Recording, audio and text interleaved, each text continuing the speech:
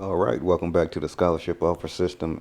In this module, we're going to cover the SAT and the ACT tests. So we're just going to give a quick overview of what to expect and a couple of tips on how you could prepare for both of them if you decide to take both of them. So for the SAT overview, the SAT contains three sections: the reading, the math, and your writing and language. Um, the SAT also gives you the math formulas you need, so you don't have to go into the test with formulas you have to memorize. They give them to you up front, which is a bonus if you ask me. But depending on which school and which division you're planning on attending, they may request that you take both of them, or they may just require one. But in my experience, it's always best to take both. So on the SAT, students will not be allowed to have a calculator on part of the math section. So this isn't totally a bad thing because a lot of times you won't be able to use calculators on tests in college. So it's kind of one of those things where they try to throw a monkey wrench in the flow of things. So moving on, the SAT math now has two parts. So no calculator, as I mentioned earlier, only has 20 questions, and the calculator part has 38 questions. So it's not too hard on you. You should be okay with that. So for the ACT contains four sections: your reading, math, English, and science. So which this should help you with deciding which test you would like to take. If you're not as good in science, I would like err on the side of taking the SAT over the ACT.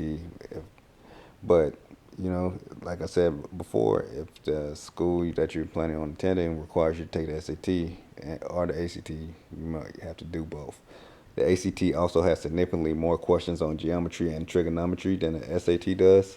So if you're very strong in math, this test shouldn't be too hard on you. But again, this is just something to look out for. You got to know your strengths and your weaknesses to set yourself up for success in the future. In addition to testing a wider range of math topics, the ACT doesn't give any formulas at the beginning of the math test, so you need to have them all memorized. And I'm not sure how many actual formulas that are needed in these tests. I'm pretty sure it's different from when I took it, but I would just say brush up on your formulas a couple days before, and I'll also link practice tests and quizzes so that you have an idea of what to expect when it's time. So the ACT allows you to use a calculator for all of the math questions, so that's a bonus. And I would say use it to your advantage. Remember, this is time. A couple test dates for the ACT. This should be coming up for the end of this year, early next year, up until basically next athletic season, I believe. So you take a look at these test dates and see that what's available coming up for you just for the ACT. I'll also have a link or another picture of this schedule underneath this video for your viewing and your convenience. So just take a second, check it out. All right, here's your SAT test dates.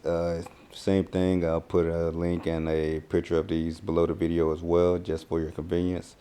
And I would try to schedule them maybe as close as I could just to get the most out of it while you're in the test taking mode. And that way you have momentum and you already know what to expect. So that's just from one athlete to another what I would do, because momentum is so huge in everything that we do. So coming up next is just a few questions that you should ask yourself when you get ready to take the SAT or any of these tests. Questions to ask yourself prior to taking the SAT or the ACT test. These questions are just quick and easy questions that you should ask yourself and be honest, and they will help you decide which test to take. So going into it, can I memorize all the formulas I need? If you're good at memorizing formulas, don't shy away from the ACT. SAT, they let you have them written down, or they give them to you at the front of the test. I can't remember how it goes now. I'm probably aging myself, but that's one of the most important questions, especially on the math part, because that is one of the most noticed portions of the test. Do I have a strong geometry and trigonometry skills? If so, I would say take the ACT again, because the ACT is going to have a lot more trig and geometry than the SAT. So that'll be a great starting point for you to hit the ground rolling and know what you're getting yourself into, and you're playing on your strengths. So would I prefer to have primary algebra related questions? If you answer yes to this question, I would go with the SAT, because this is one of the things where it's going to be heavy algebra on the SAT, and as you see the question before, the ACT is more geometry and trigonometry skills related. Excuse me.